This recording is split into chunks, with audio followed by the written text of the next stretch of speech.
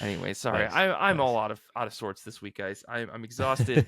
My feet are killing me. But one other thing I wanted to do this week, Kate, Mhm. Paul, and I, we have stacks of comic books. And since we're on Twitch, I'm sorry, folks at home, but you aren't going to be able to see this. We're going to talk about it, but you aren't going to be able to see it. We're going to go through some of the stuff we picked up either from our libraries or from our local comic book shops as part of Free Comic Book Day. So I want to just get things started and kind of show off Sure. some of the manga that I grabbed because I didn't realize this, but I pre-ordered a bunch of manga and it's all here. So this week, my manga pickups were Dan to Dan Volume 2, which is an adult manga according to Shonen Jump. And I also picked up Volume 3. I don't know how to pitch this book. Like this kid in this book, he accidentally gets possessed by a demon. He's an alien conspiracy theorist and he gets possessed by a demon. He thinks demons are fake. And he teams up with a girl who believes in demons but thinks aliens are fake. And so the book is a wild romp and maybe a little bit too horny for its own good, which is why it can't get published in the Shonen Jump app. But it's fun. I will say it's a lot of fun. I think it's less horny than I think Viz thinks it is. And the other book that I want to talk really quick about is just One Punch Man Volume 25 because I can't stop reading this book. I wouldn't recommend this to anyone unless you love manga. But I love this book. It's the funniest manga that I own. And I know there's probably better ones. Like Sakamoto Days is supposed to be really, really funny, but I'm not there yet. I'm still on my One Punch Man gig. So, Sure. yeah. Paul, what about you? What do you got that you want to show off real quick to us? Well, very briefly, when it comes to the actual free comic books, I find like more and more often I just grab the all ages ones, just to give to my friends that have kids that maybe couldn't make it to free comic book day. Like I like to be that cool like uncle who will give my friends' kids like comics to read. So I always grab like the all ages ones. But the one that actually did catch my eye, which I probably might read for myself before I pass it along, is the 2000 AD free comic book day is the 2000 AD Regened. So it's like all ages 2000 AD stories, which is really cool. There's no Judge Dredd, unfortunately, but they're kind of like every once in a while 2000 AD will do a special issue where it's geared at young adults or all age readers, and it's like, that's kind of cool, and it's a good way to get kids, I guess it's smart marketing to get kids to buy your comics. But it's very funny to me to kind of see this stuff, so I might have to flip through this before I pass it along to my friends. But of course I got had to get the Spidey and His Amazing Friends because kids love Spider-Man, so I'll give that to some friends. So I find more and more like when I grab free comic books, they just end up in a short box that I totally forget about. So I figured the purpose of free comic days for kids or new readers. So like this is kind of what my approach. So that's what I grabbed in terms of free comics this year. Nice. Kate, what about you? What would you grab? What's free comics? We'll go in a circle. From the library, you say? Yeah. You got free comics from the library? Every day's free comic book day. You go to the library. The library, yes. I did not make it out to free comic book day, unfortunately. I kind of didn't notice it happening like between having D&D and I ran some errands and like the weather was super nice. I was thinking about my garden. It's just like free comic book day happened in like a different dimension or something. Like I was aware of it, but it didn't even like cross my mind to go. I don't know. Sure. So, but I went to the library. So here we are. And I have a very large stack. So I'm trying to be discerning. A couple. We'll come back. Because I believe me, I've got more books I want to talk about here. I just try to keep it timely. So I want to start with, this is The Dire Days of Willow Deep Manor. This looks like a reflection. Yes, I know. Sorry. This cover has a young woman holding like a board about to hit a man, I think, in front of a full moon. And so the description sounds like, those manga, Mike, where like somebody wakes up in a different dimension and they're aware that it's not real and they know where they're at. Manga. Yeah. This kind of sounds like that, but like in like American YA, like this girl kind of steps off the path and suddenly she's in like this like gothic horror place where she finds this manor and she has to survive and everything is spooky. This just, I don't know, like for being a like gothic horror like styled story description, like this is like a middle grade or a YA book, so I'm expecting it to be a little goofy and cute. Like I bet that you can't see it, but there are like rabbits with glowing eyes at the bottom of the cover. And so I have to know what that's about. Please. Yeah. And then I wanted to talk about Shuriken and Pleats Volume 2. I read Volume 1 on a whim out of the library because I liked the title of this manga. And the first one was about the first volume was about this young woman who was trained to be like a bodyguard, or like not really a ninja, but like similar like assassin style person.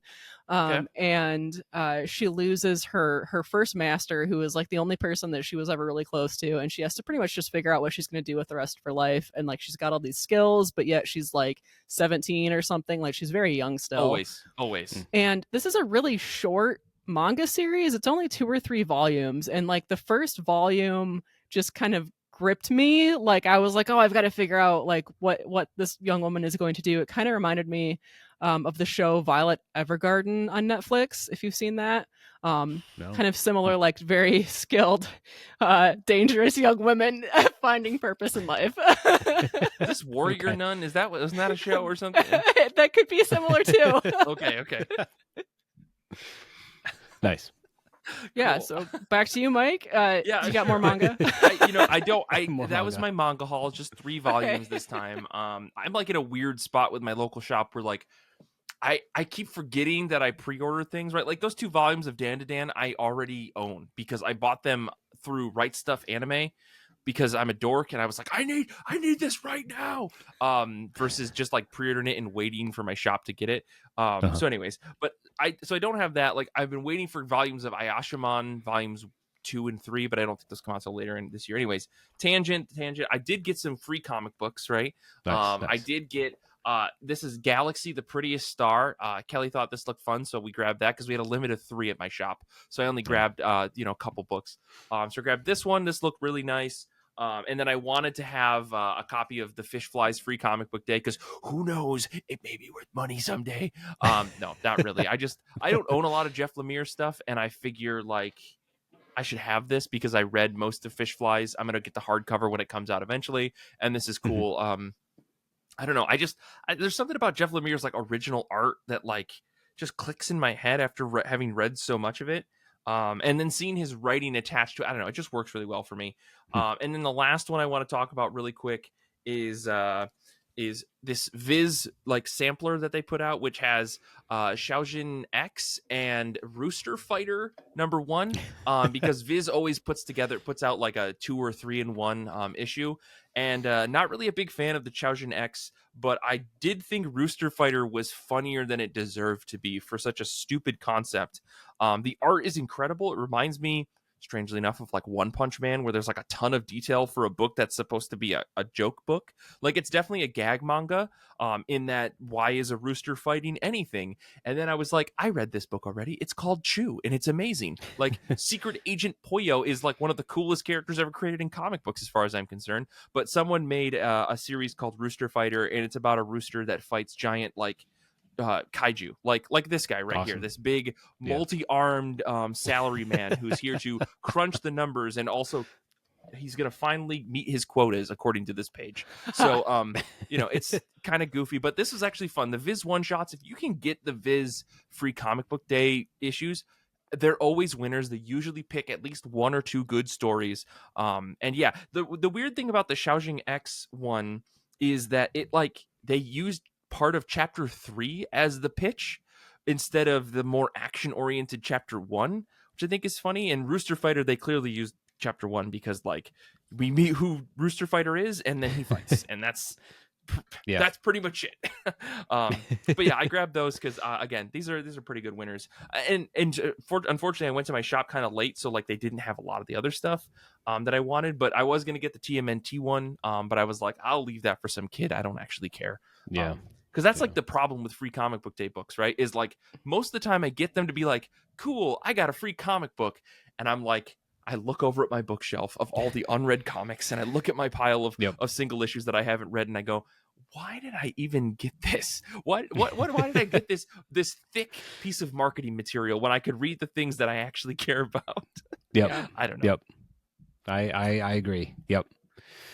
For me, like the big appeal of going to Free Comic Book Day is like shops have sales. So like my regular shop I go to in Grand Rapids was having 20% off basically everything in the store besides new books.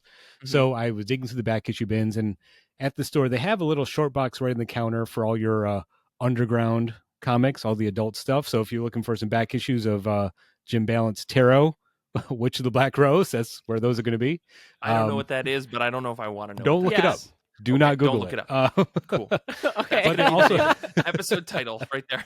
do not Google it. But it's also they have some like alternative press. They've got some underground comics, like classic stuff. Sure. And I happened to just flip through there, and I found the 3 issues of Volume 2 of Raw magazine. This is the magazine that was edited by Art Spiegelman, highly, highly influential for alternative comics.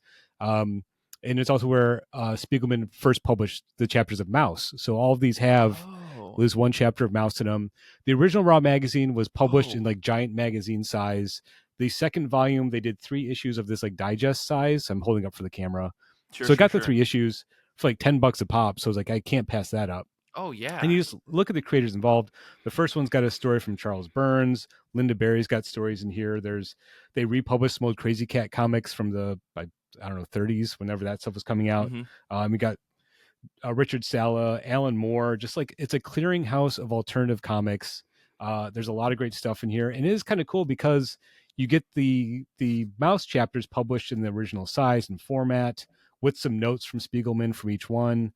I was very excited to find these. I actually had a bunch of other stuff in my hands when I found these. I kind of put this stuff back. It's like, well, I'll just get these. So that's so much comics to read. I mean, there's a pretty beefy collection. So yeah, they look like thick books. I'm kind of surprised. Yeah. That, like that's crazy. Yeah, that's a good find. Like that's a killer find.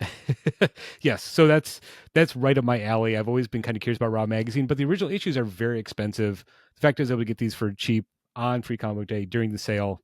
I won. That's why it always pays to dig through the back issue bins. I'm telling you, that's why you go to the comic shop. Yeah, definitely. Yeah, no, that's fantastic. Kate, what about you? What are some other books you've got sitting on your pile? Yeah, so this is another one that I have had on my to-read list for years, and it's called How to Understand Israel in 60 Days or Less. And this is by Sarah Glidden. Nice. I feel like I had to get this through like Melcat, the Michigan Interlibrary Loan System. So I had to specifically seek this book out. I couldn't just go to the library and find it on the shelf. Yeah. It came from probably a university or something, which is great. Melcat is incredible. A+ system, yes. Yeah. But other states have them too, so it would just be a different name. But the description of this book reminds me of another book I read called Algeria is Beautiful Like America. And in that one,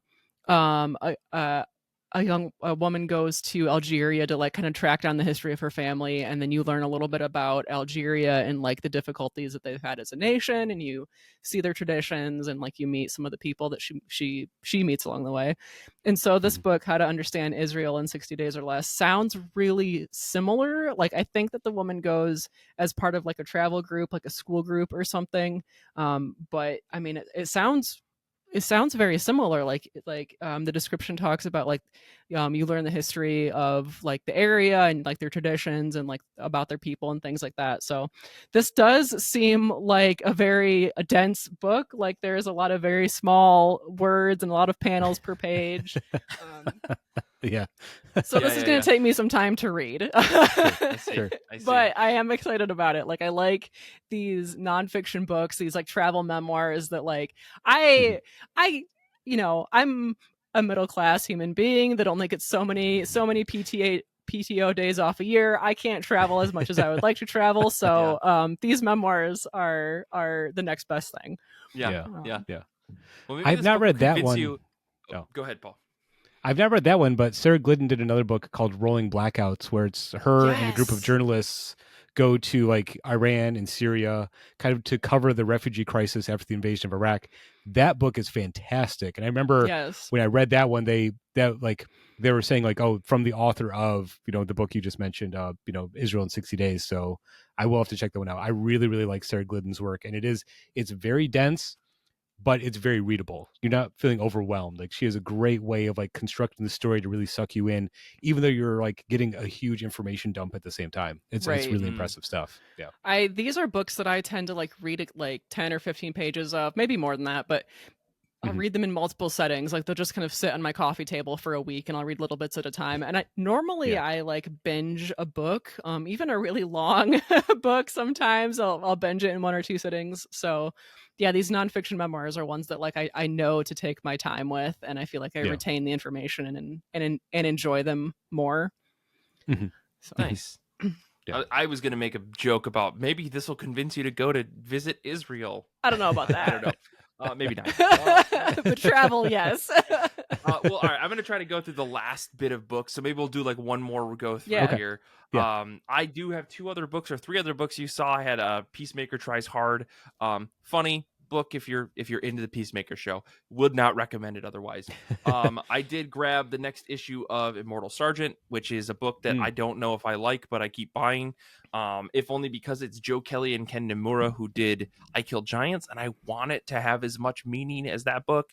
But it's kind of hard to read a book where like there's a guy who's like kind of like blatantly racist, but like it's kind of laughed off. I don't know. The other book I grabbed is What's the Furthest Place from Here? This is issue 12. Again, another book that I'm not sure that I love, but I keep buying. Right. Yeah. Something about this book scratches an itch that I can't even tell if the itch even exists. But I feel like I need to keep buying this book for some reason. So I feel like I feel like it's every other issue. Like I'll read one issue, like I don't think I need to keep reading this, and then I'll get the next issue and like, oh, it's actually really good. It's like it's so frustrating. Yeah, that's a perfect explanation for it. It's so back and forth. And like I love Tyler Boss. I think Matt Rosenberg when he's right when he's right with his writing. It's so weird with this book. So anyways, those are the 2 single issues I got, and then I got the big boys. These are the big boys that I got. I grabbed the final or second volume of Bloodstained Teeth. I'm the only person that likes this book.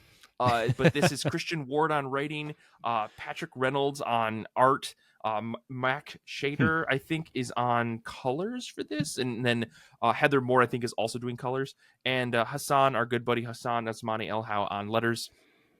I love this book to death. This book is, I don't know, there's something funny about the way that Stewart writes vampires, but again, it's not for everybody. Go rent this from your library. Don't buy this. I think I read the first issue and I was like, "Oh, this is a lot." Yeah, oh boy, no, I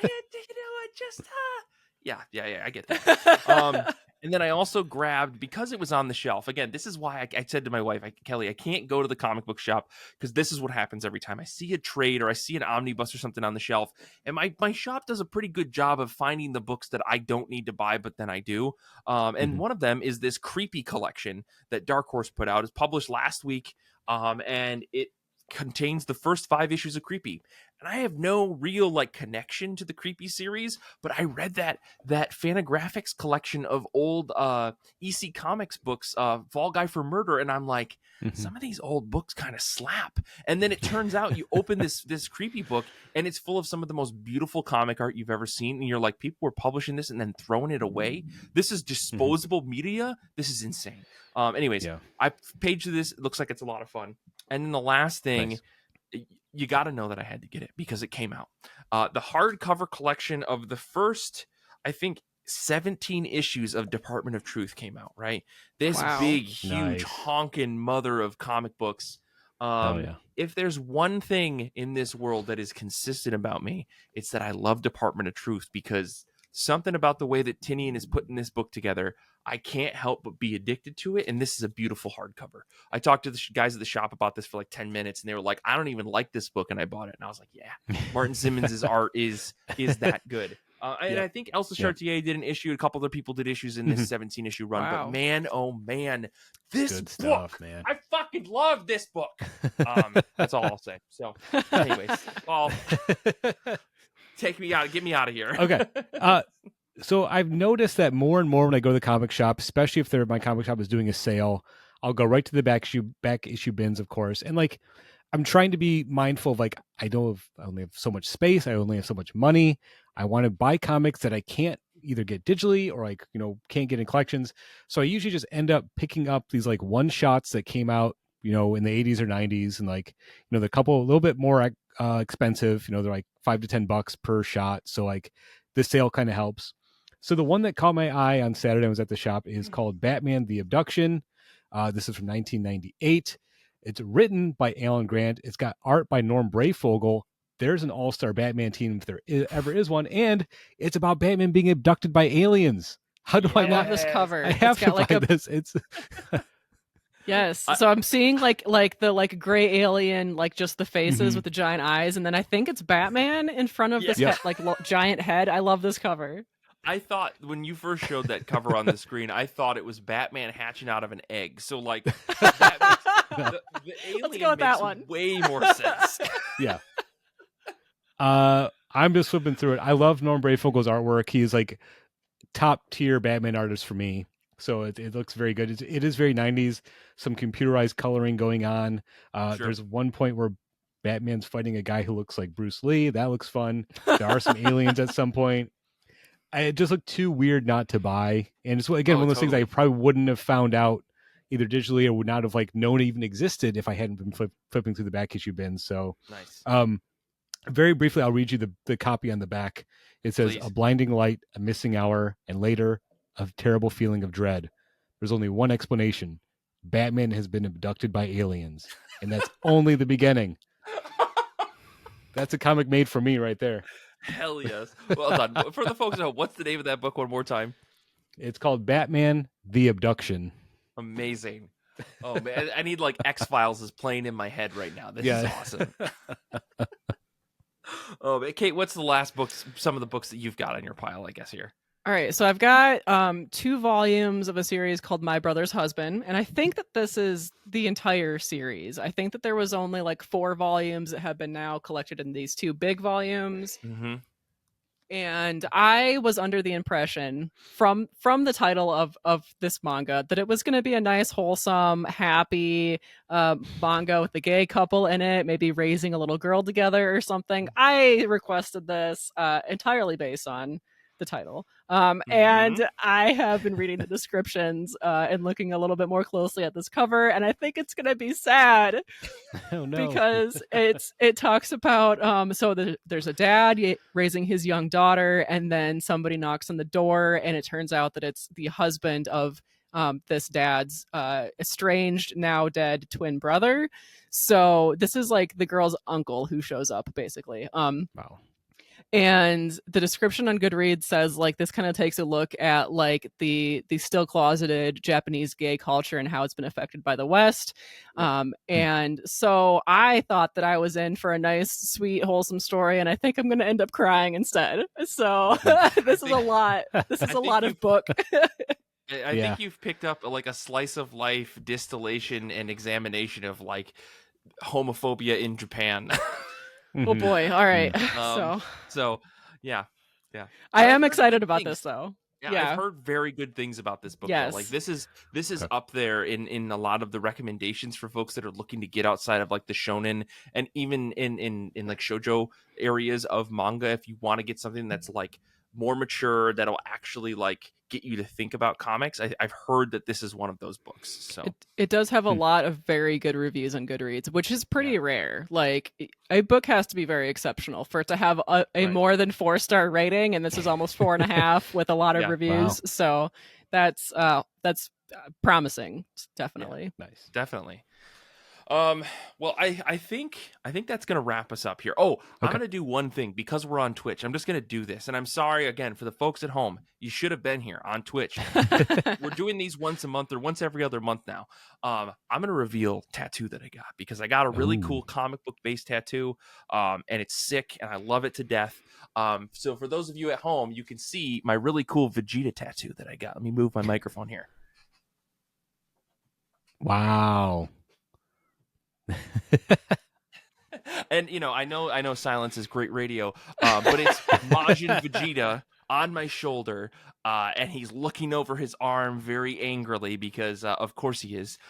If you've ever seen the Lucifer Has Fallen or Lucifer Spurned painting, you'll know what this is. I basically asked the artist to say like, hey, I love Majin Vegeta, this painting is beautiful, can you combine them? And he freaking nailed it. So Awesome. very excited about it, and it's finally healed, and it looks really nice. I'm very happy about it. But yeah, I think with that, we will wrap up the show here. I think we're going to try to do a little bit of something after the credits just to hang out for a bit, because Kate, I have a question about Goodreads reviews. But to wrap up the show here, next week's topic is going to be me and Paul and Tia. We're going to be talking to Amy Wright about modern day comic book censorship. So a little less shit posting, a little more actual comic book conversation for a change. It's going to be really fun. Amy's really smart. She's on the American Library Association board for this, if I'm not mistaken.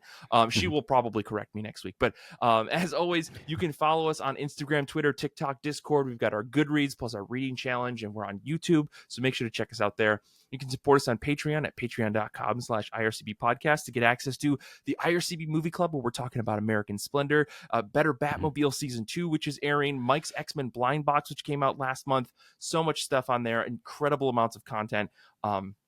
Infinity Shred is the best band in the universe. They do all of our music. Xander is that guy. I want to say thank you to Kate and Paul for being on this episode. Thank you to everyone watching live on Twitch. You are fantastic human beings. If you got this far in the show, we love you, love you, love you. Thank you so much. And until next time, comics are good, and so are you.